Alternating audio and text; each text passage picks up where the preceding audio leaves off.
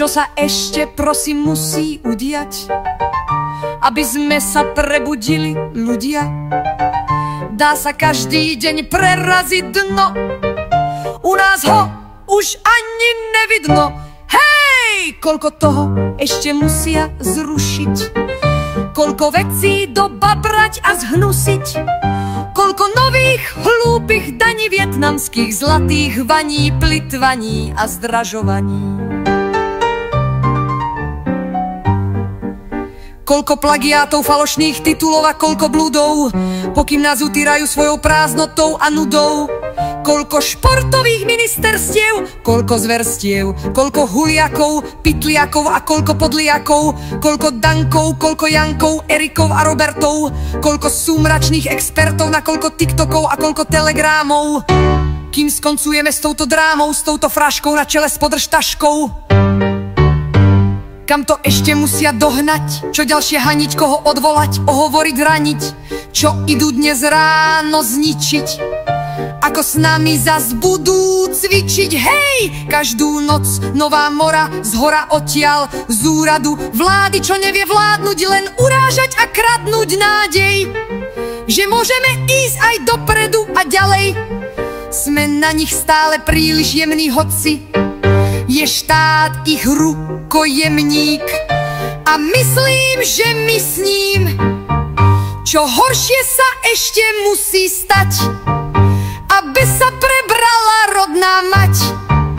A s ňou aj rodný otec, stará mama, svat, sveteta, suseda a aj jej muž. Kedy to bude? Zajtra už? Nuž.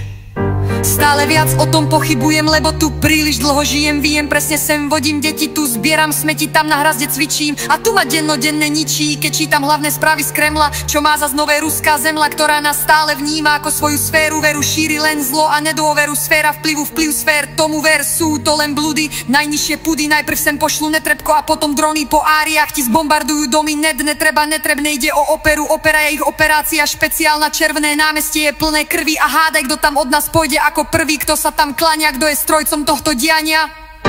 Každý deň trocha väčší horor, mordor, bdr. Kam sme to dospeli? Štát mal byť dávno dospelý.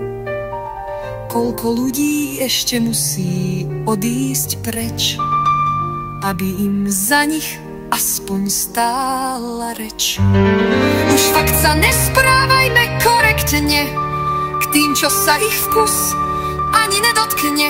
Nie je hanba nevedieť, ale nechcieť vedieť, koľko ešte musia spáliť mostov, kým sa spamätáme, koľko videí a koľko postov, kým im to spočítame, kým to otočíme, kým sa prebudíme v Gulagu či v Číne. Koľko diaľnic do Košica skončí pri Žiline, kým sa tu niekto prizná k chybe, k vine, k Martine. Ak si to náhodou nevedel, za všetko aj tak môžu medvede.